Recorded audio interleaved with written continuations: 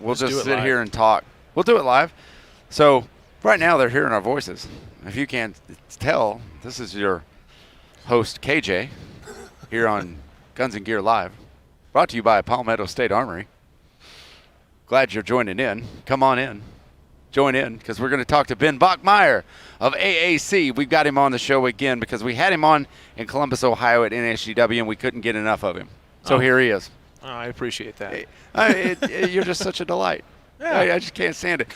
Actually, we were right before we were on, we were just kind of talking about like workout regimens and everything, because I thought you were a maniac, because I was coming over to meet some guys for breakfast, and he's over here like going to work out. So yeah, at like 6 o'clock in the morning. Yeah, he's working out in Vegas. Like, that's the last place you want to start working out.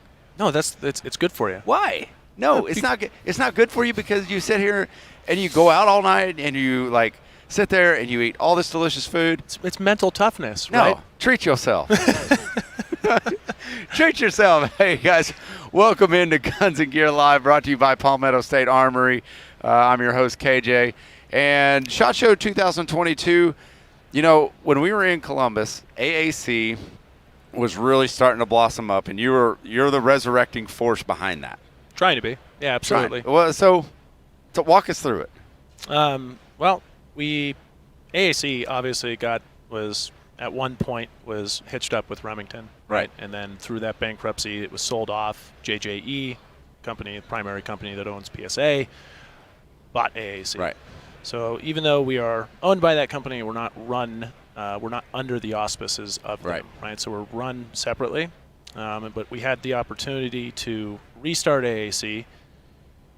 We decided to do it in Huntsville, Alabama. We didn't get all the equipment, we didn't get all the tooling, we didn't get all that. So we were literally rebuilding the company from the ground up. Well, it's such an iconic name. I mean, everybody knows AAC. Yeah, and there's there is a lot of like, even though you shouldn't have like a lot of emotion about work and stuff, but it's hard not to, right? Well, I worked there for a long time, and it's like, I can't let that brand just like lament and go to waste. Besides, there's a bunch of customers out there that they still problems. Need your product. They still need your product. They need you to help them out. Right. So I don't know. I like it. You do?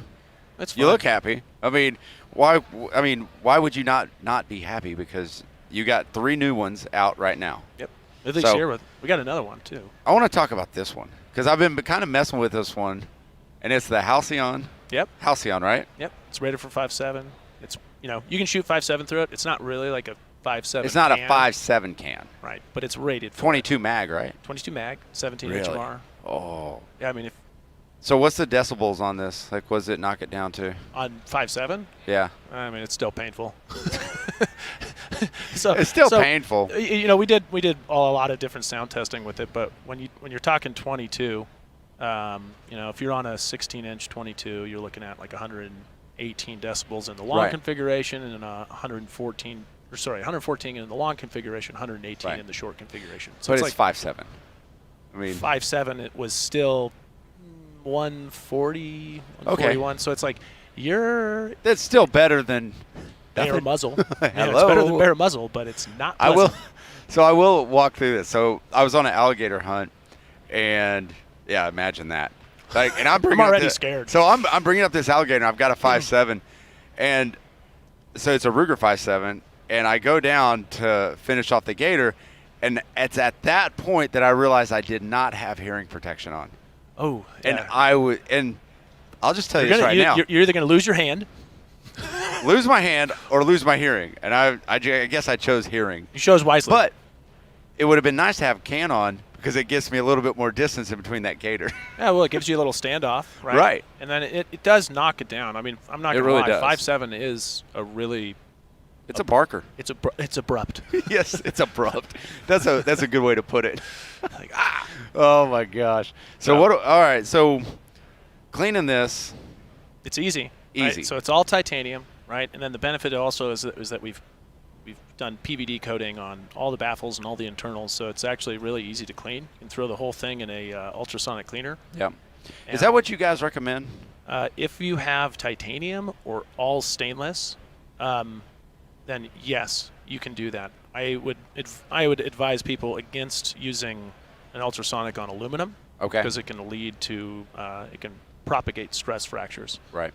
Right. So you typically don't want to do that with aluminum, but for like a rimfire can that's all titanium, go for it. We'll clean it more often too. What type? Oh, really? Well, I mean, that one you can still get it apart after 2,000 rounds, but then you have 2,000 rounds of 22, which everyone knows what that looks like. It's not fun. It's gonna be dirty. Why do you gotta say it like that, man? I don't know why I said it like that, honestly, but I didn't mind it. Ooh. All right, let's walk down. Let's go with the Ti-RANT.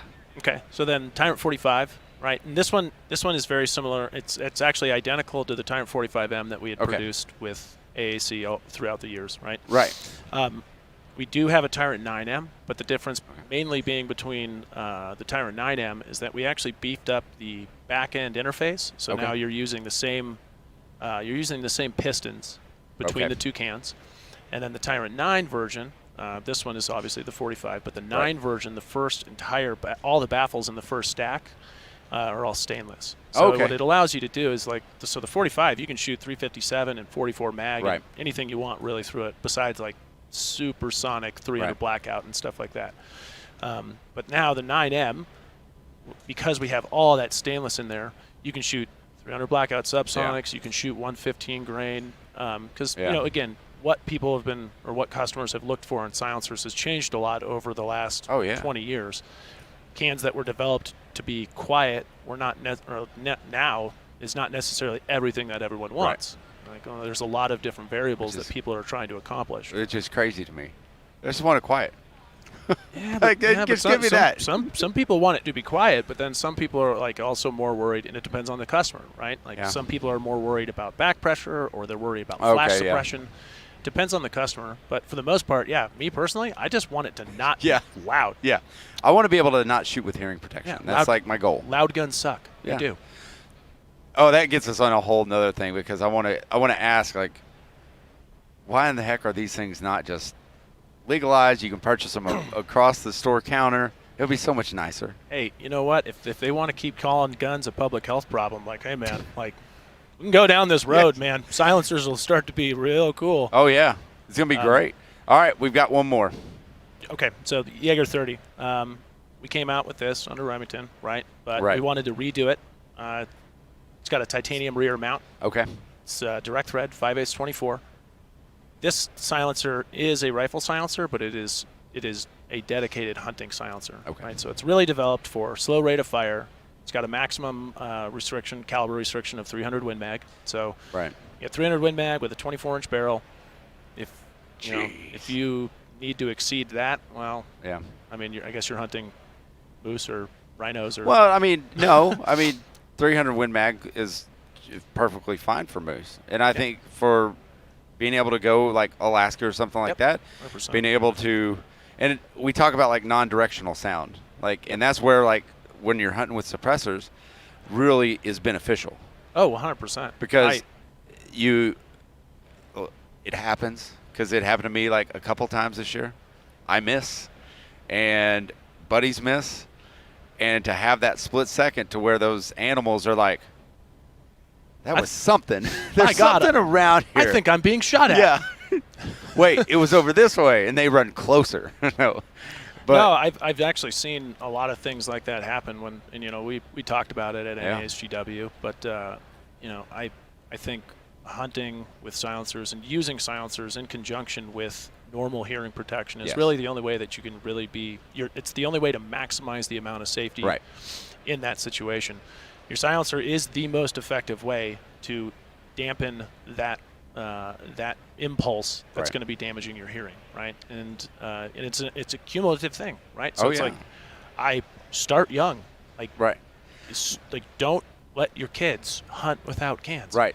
And that's that's where I get into a lot of trouble, because my sons are very much hey, did you bring the suppressor? Did you bring it? I've got to have it. So it's good, because hearing is one of those things. Our vision, we can get that back, through aids, through glasses or contacts or LASIK or whatever it might be. hearing you don't get back. No, and I mean there is some very like early on. There is some technology out there that would allow you to that is not hearing aids. Yeah. But I mean it's so experimental. Right. And it's so expensive. Right. You'd just be better off to just take care of your body. I mean your body is really, it's like anything. It's like any other mechanical object, right? You wouldn't just drive your car and never change the oil until the thing just like burned up, right? Right. You're always going to be doing some sort of maintenance on it, and you're always. Is that why you work out so much? That and you're just keeping the machine. No, I mean keeping the machine right. Yeah, well, there's also standards that have to be upheld, right? Because I have the other thing that I do. That's right. And so you have to maintain a certain level of physical fitness. But that's right. It's also good for you, right? Like. Well, yeah, it is. Mentally. Well, mentally. I feel physically. Better. You're in the right mindset. I can climb mountains better. Well, that is a good thing. Okay, so we really didn't talk price on these, and there was one other question that I wanted to talk about. QD mounts for these, will they be offered in that configuration? So these ones are all basically they're not QD. All direct. They're all going to be direct thread. They're all direct thread, except I would say this one, right? So okay. The Ti-RANT series does have a QD, which would be a 3-lug adapter. Which okay. We sell that. We're back in production on those. Now, the cans that I don't have with me that I'm developing right now are rifle cans that have QDs. Okay. Right? And that will be a 5.56 silencer and a 30 cal silencer. And right. Most of those are the endurance fully welded silencers that gotcha. are really more dedicated for guys that are wanting to go out and run them a little bit harder on gas guns and things like that. Excellent. And those will have QDs. But talking about price, Halcyon is $474. Okay. Not too bad. That's not bad at all. That one is $850. Ooh, that's again, nice. These are MSRPs, right? So they're going to be less than that when you go into the store. A little bit less than that when you go into a store, and then. But that's not bad for think hearing safe. Like that's what you're talking about. You're talking about your hearing. Yeah. Well, and I mean, if you really want to start getting into that, and you start looking at what the cost is, hearing aids are not cheap. Oh, they are expensive. And it's not the hearing aids, really. It's the battery. Yeah. So it's little tiny batteries, right? And so like all those little things are going to add up over time, but it's an investment. You can pay $450 for a 300 Win Mag can that goes on your hunting rifle. And be good. You can, at least it doesn't mean that it's a guarantee. It's not a guarantee that you're going to be that you're gonna right. not have hearing damage. Right. I'm not going to guarantee that, right? I can't, right? There's too many different variables, but it definitely is a way that you can minimize the amount of risk that you have in your life to noise. Right. Right. You go to a metal concert or something. Oh yeah. You should probably wear hearing protection. If you're playing. But I want to rock out, man. Yeah, I know. I can't hear I can't get the full sound. Come on.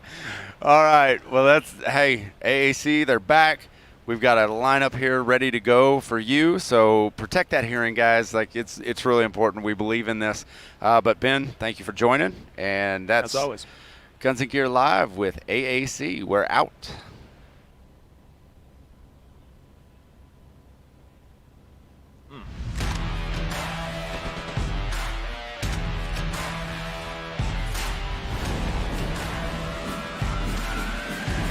Let's see what we get.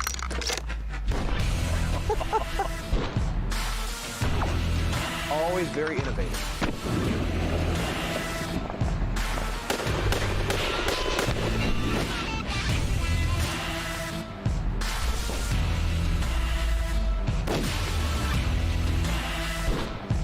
It's a lot of fun.